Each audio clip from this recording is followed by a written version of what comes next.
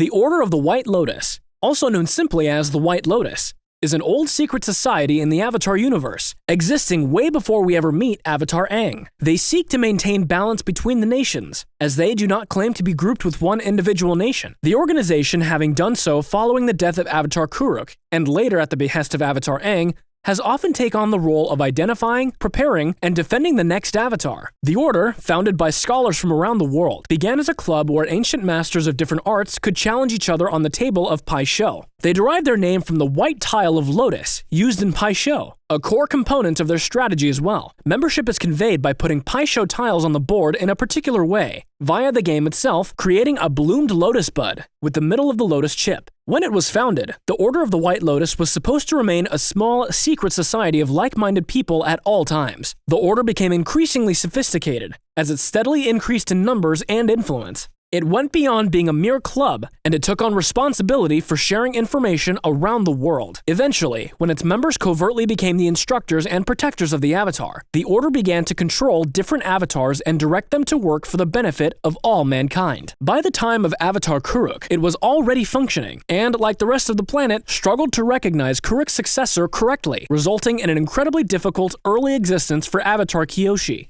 Following the disclosure of the identity of Kyoshi, Jin Pa, an air nomad member of the Order, indirectly apologized on his Order's behalf to Kyoshi. However, Kyoshi did not understand and dismissed him when he began to hint at the presence of his organization. At the end of the 100-Year War, the Order of the White Lotus kept a low profile. After assisting Sokka, Toph, and Suki by lending them an eel hound to enter the airship base of Phoenix King Ozai, Iroh and Zhang used the strength of Sozin's Comet during the release to increase their firebending when working in conjunction with Pakku using waterbending, King Bumi using earthbending, and Piandao using swordsmanship. Shortly after the end of the 100-Year War, society stopped concealing itself from the public eye and started to serve the world and the Avatar more freely, while some aspects of their operations remained hidden. Following the battle, their government debut and open association with the Avatar created tensions within the Order. A group known as Zhai Bao's Red Lotus wanted to restore the connection between the mortal world and the spirit world, and found all kinds of governments as obstacles in this quest. Despite Iroh's efforts to hold the White Lotus together, Zhai Bao felt that society had been subverted into Avatar's bodyguards, and he left the group with his followers.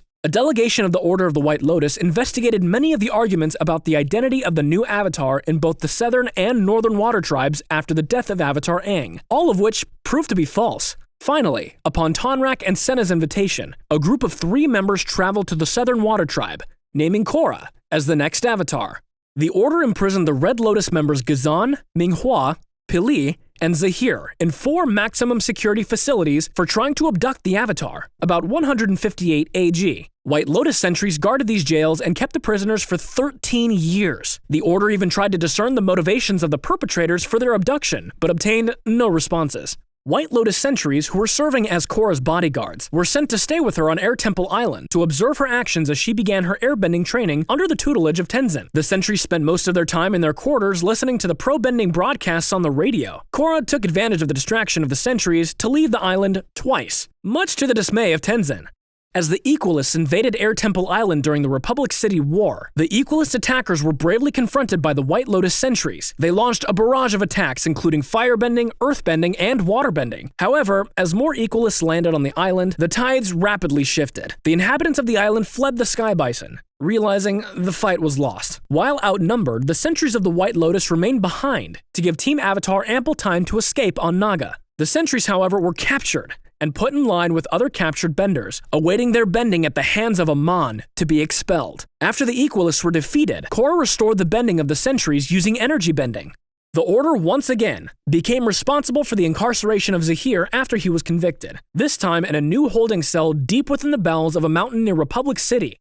3 years later, Kuvira, after her attempted invasion of the United Republic of Nations, was added to their list of inmates. The Order was also responsible for her detention and transportation outside the secure penitentiary while she was scheduled to attend her trial hearing in Republic City. Iroh, a Pai Sho lover, was the Order's Grand Master and Grand Lotus, always advocating that Pai Sho was more than just a game. Piandao was also an important member of the Order. A White Lotus tile was given to his student Sokka as a parting present, indicative of his membership in the Order. References to Piandao's membership were also the illustration of the White Lotus on the hilt of Sokka's sword and on the doors of Piandao's estate, Master Pakku, King Bumi, and Jongjong all accompanied Iroh as members of the organization shortly before the arrival of Sozin's comet, but none had displayed symbols of the Order when Team Avatar saw them before. There were also other participants visible at the campsite. The Order was no longer a secret society 70 years later, and instead devoted itself to protecting the Avatar during their training. Many more people were present in the Order than in the past, including a chief, and many sentries charged with tasks such as protecting the Avatar, who are lower-ranking members of the Order. The members of the Order were all wearing a distinct indigo-colored outfit with white details, a similarly colored cape, and a lotus-patterned mantle around the shoulders during the liberation of Ba Sing Se. They have a flag as well, bearing a White Lotus image.